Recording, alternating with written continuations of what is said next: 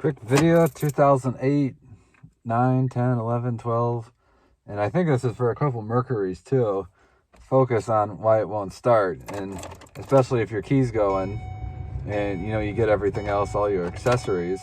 Sometimes you turn it and it won't start. There, it's doing it right now. But you push it in and then it'll start. That's your key tumbler. And it's not so much the key tumbler, the housing that it goes into.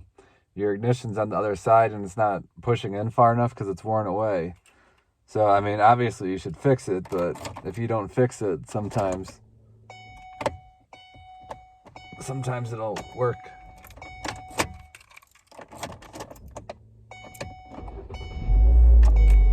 Just like that.